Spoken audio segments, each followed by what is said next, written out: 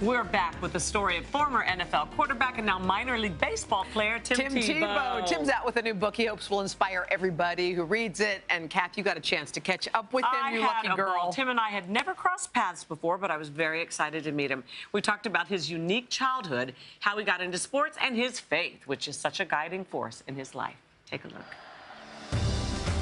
Tim Tebow burst on the national stage in 2012, leading the Denver Broncos to an unlikely playoff victory. Not to mention a two-time national champion and Heisman Trophy winner in college. Quite a feat for the son of missionaries growing up in the Philippines. You've been raised in a very unusual way, and I thought, how in the world did it get to be at the University of Florida? You know, where did you learn football if you weren't in a regular school? Well, I grew up playing Pop Warner and played baseball, basketball, football, all of it. But in the state of Florida, I believe in 1999, they passed a law that said any homeschooler could play any school in his or her area. So it was such a blessing because we could continue to be homeschooled, but at the same time, pursue our passions in sports. Tim is also passionate about his faith, famously seen on sidelines taking a knee to pray during games. The courage you have to stand up and be as bold as you are for your faith in a world where we talk about tolerance so much. There's so much intolerance for a person like you and sometimes like me. Why do you think? Well, I'll tell you what, if they're looking for someone that's got it all figured out or has done it all right, then they're looking at the wrong person. I've made so many mistakes and I've messed up, and I'll continue to mess up. And not because I won't try, but because we're human. And we're forgiven. And we're forgiven. And what we can focus on is lifting people up. And my #1 goal in life is to show the love of Jesus to people. And a lot of times that's not always by my words, it's by my actions. It's by, every single day trying to be someone that's smiling, be someone that's loving, be someone that's encouraging. It was also Tim's faith that led him to write his newest book.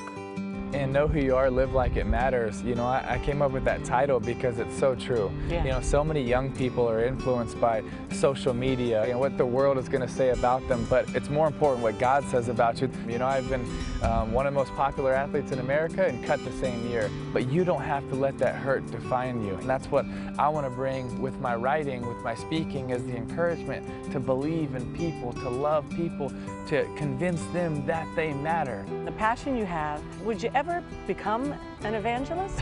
when the sports thing eventually does come to an end. I'm blessed to get an opportunity to go around and talk and speak to a lot of different people, and that's something that, Lord willing, I'll be able to do for the rest of my life. And I don't know what that pulpit or that platform will be. But Tebow is not ready to hang up his cleats just yet, now giving minor league baseball a shot. I know a baseball field when I see it. I've been around a lot of football. But this came about in a very unusual way, didn't it? It sure did. But this was honestly in my heart since I was 4 years old. Baseball was really my first love. It was something that I fell in love with when our family moved back from the Philippines. Your first at-bat, though, was the first pitch a home run, right? It's a two-run blast for Tebow. The first at-bat, I hit a home run, yeah. Well, that had to feel like maybe I have made the right decision. It did feel pretty good. You know what? It might not be the most glamorous thing to go play minor league baseball, but I'm loving it every single day, and to me, that is pretty special. Before taking off, I don't have to be gentle with you. No, you don't have to be gentle. I needed to test out Tim's skills firsthand. Why can you run for it? Is that your athletic stance? Did anybody get that? That was awesome. I'm being Tebowed, and I like it. Okay, that, by the way, that was adorable on so many levels. That was because we couldn't get to the field, so we had to climb over the top.